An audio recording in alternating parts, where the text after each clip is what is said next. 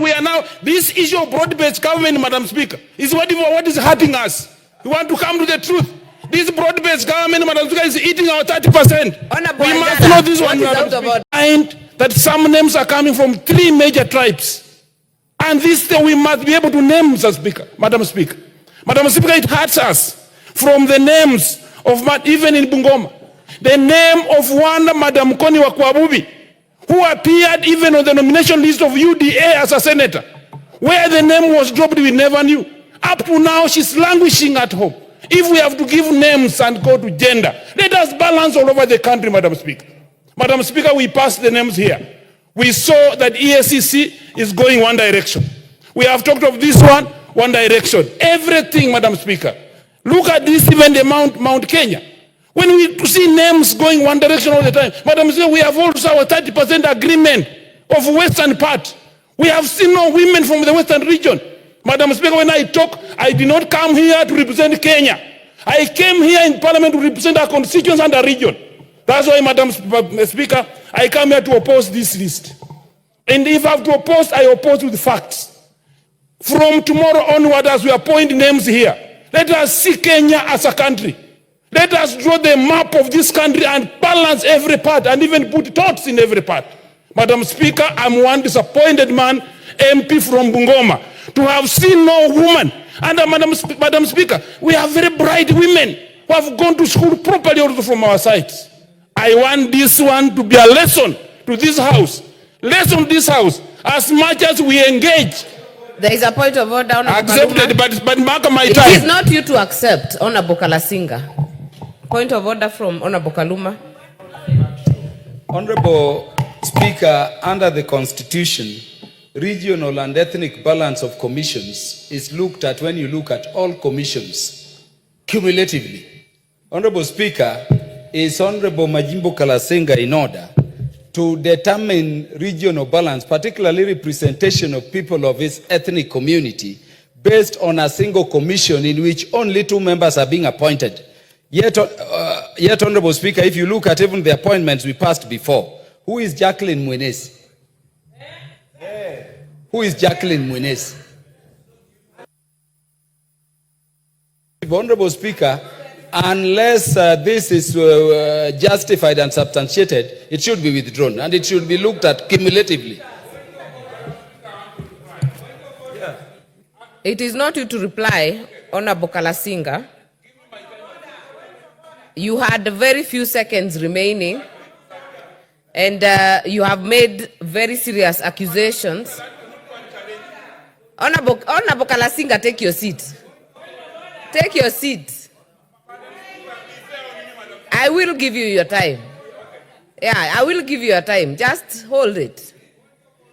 There is already a point of order that has already been raised by Honorable Kaluma. What I will ask Honorable Kalasinga to do, statement of fact, because you said you are going to table facts, then it will be, as has been said by Honorable Kaluma, not just on 2 names, because 2 names cannot represent 47 counties. It will have to be factual, and you will owe that responsibility to the House. Nobody is out of order, Honorable Rahim. Nobody. The Speaker is actually talking. So you cannot possibly be challenging myself. So I'll give Honorable Kalasinga.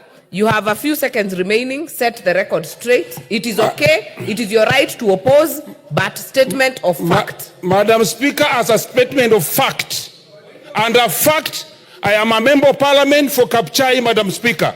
In this constitution of Kapchai, there is no single appointment of a woman that has taken place. If I am wrong, name one. We want Honorable Kaluma to name one woman from Kapchai. That's why I'm here, Madam Speaker. I don't come here, Madam, and I don't apologize to this, Madam Speaker. I am not apologizing. Honorable Rahim, what is out of order? Madam Speaker, Honorable Kalasinga should withdraw Mount Kenya in his statement because there is no Mount Kenya here.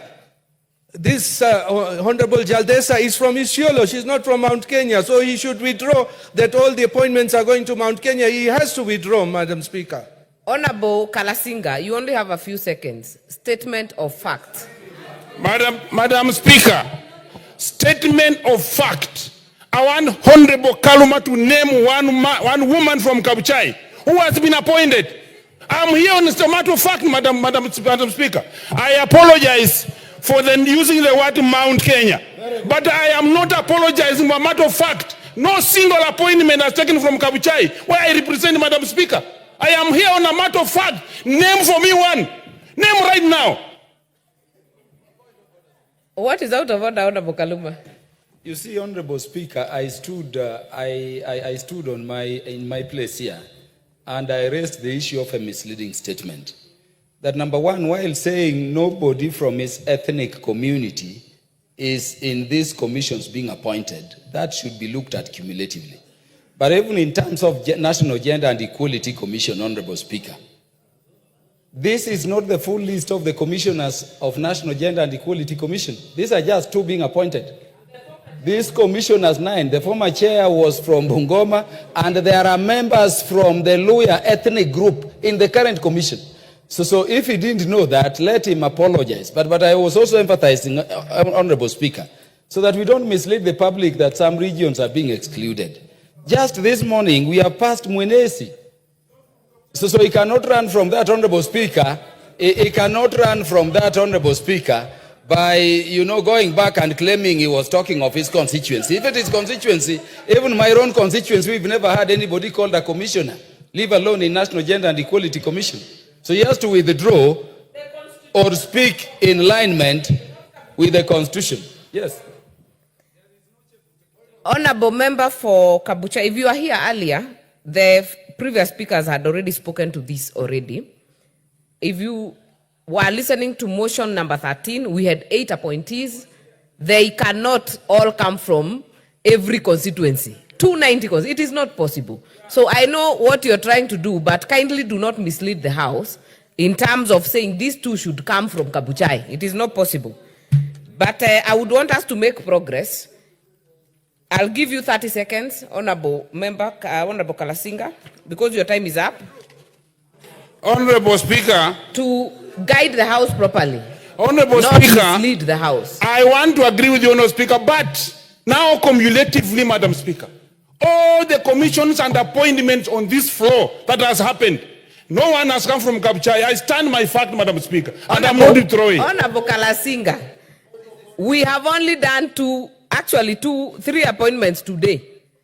So it cannot be all cumulative. That would be a misleading statement. Unless you come with the data that all commissions and all that have been passed by this House, no one is from Kabuchai, then you will withdraw that statement. If not, you will bring the statement tomorrow, Honorable Member for Kabuchai. There is nothing out of order. Member for Kabuchai.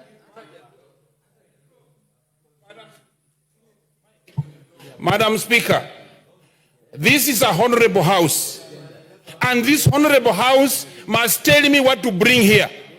If what I'm saying is wrong, can this House prove to me, Madam Speaker, that we have one opponent from my constituency? I'm not going to apologize, Madam Speaker. I will face the consequences, but the consequences I will carry them on my back because of my people who elected me, Madam Speaker. We have no appointment. Even we are now, this issue of broad-based government, Madam Speaker, is what is hurting us. We want to come to the truth. This broad-based government, Madam Speaker, is eating our 30%. Honorable We must know this one, what is Madam out of Speaker. order?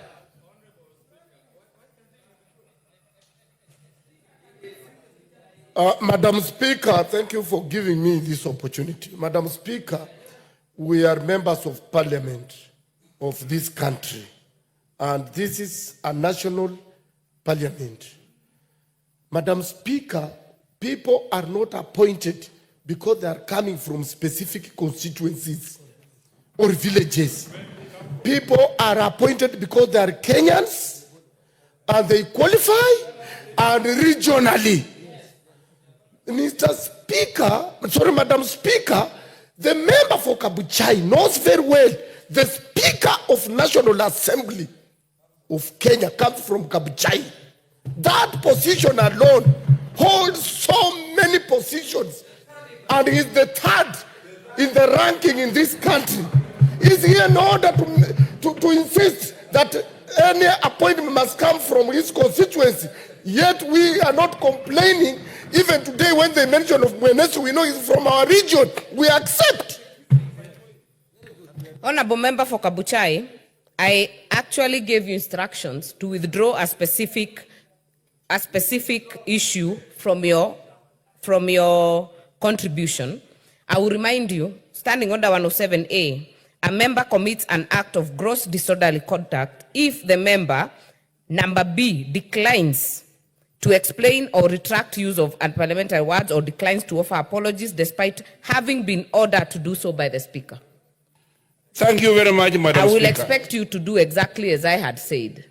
On the specific matter, not everything, on the specific matter. Madam Speaker, unless you state the specific matters, but on the matter of what I've said, I remain firm.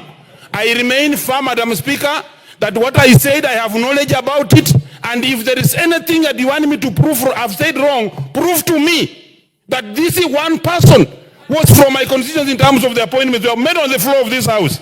Madam Speaker, I don't want to apologize, Madam Speaker, because... What is out of order, Honorable Mili?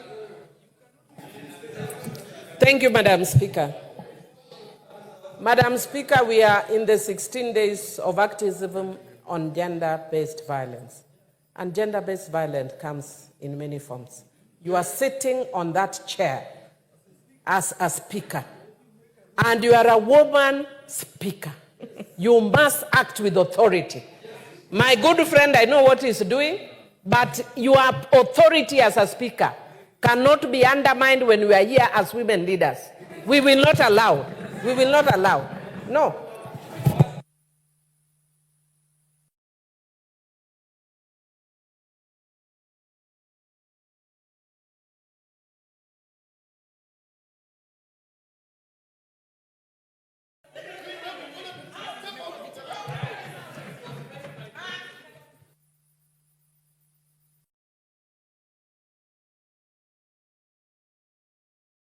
Honorable members, I know there are people, I know Honorable Member for Kabuchai is really hoping I throw him out so that he can look like a hero in Kabuchai. I will not do that. I will not do that. I will not do that, but I will direct that you'll bring that substantiation you have said here to this House tomorrow in the afternoon. If you do not, then consequences will follow. And there is nothing else you have to add. That is guided and is so directed. Honorable members, allow me to give member for Matuga, Honorable Kasim Tandaza.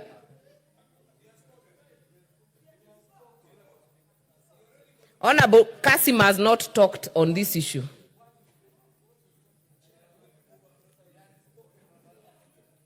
Asante, Mheshimiwa Speaker. Ni vizuri wenzangu waweze kusoma kanuni za bunge ili wajue